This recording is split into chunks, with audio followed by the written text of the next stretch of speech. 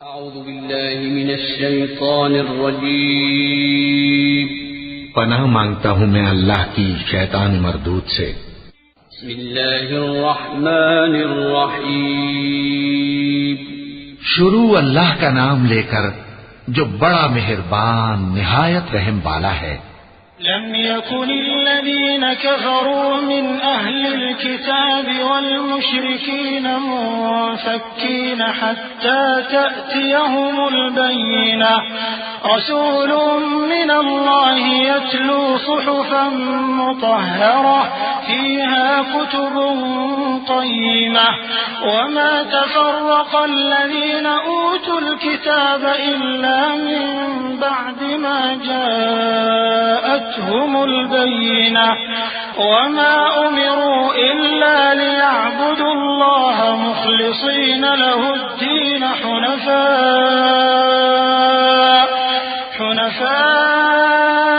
ويقيموا الصلاة ويؤتوا الزكاة وذلك دين القيمة۔ جو لوگ کافر ہیں یعنی اہل کتاب اور مشرک وہ کفر سے باز رہنے والے نہ تھے یہاں تک کہ ان کے پاس کھلی دلیل آ جائے، یعنی اللہ کا ایک پیغمبر جو پاک اوراق پڑھ کر سناتا ہے جن میں مستحکم آیتیں لکھی ہوئی ہیں، اور اہل کتاب جو فرقوں میں بٹے ہیں تو دلیل واضح کے آنے کے بعد ہی بٹے ہیں،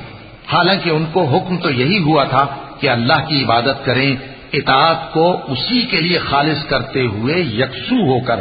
اور نماز قائم کریں اور زکوٰۃ دیں، اور یہی مضبوط اصولوں والا دین ہے۔ إن الذين كفروا من أهل الكتاب والمشركين في نار جهنم خالدين فيها أولئك هم شر البرية إن الذين آمنوا وعملوا الصالحات أولئك هم خير البرية جزاؤهم عند ربهم جنات عدن تجري من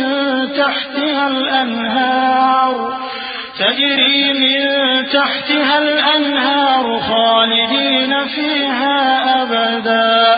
رضي الله عنهم ورضوا عنه ذلك لمن خشي ربه۔ جو لوگ کافر ہیں یعنی اہل کتاب اور مشرک وہ دوزخ کی آگ میں پڑیں گے اور ہمیشہ اسی میں رہیں گے، یہ لوگ سب مخلوق سے زیادہ برے ہیں۔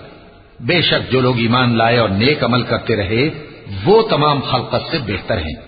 ان کا صلہ ان کے پروردگار کے ہاں ہمیشہ رہنے کے باغ ہیں جن کے نیچے نہریں بہ رہی ہیں، ہمیشہ ہمیشہ ان میں رہیں گے، اللہ ان سے خوش اور وہ اس سے خوش۔ یہ صلہ اس کے لیے ہے جو اپنے پروردگار سے ڈرتا ہے۔ وَلَقَ اللَّهُ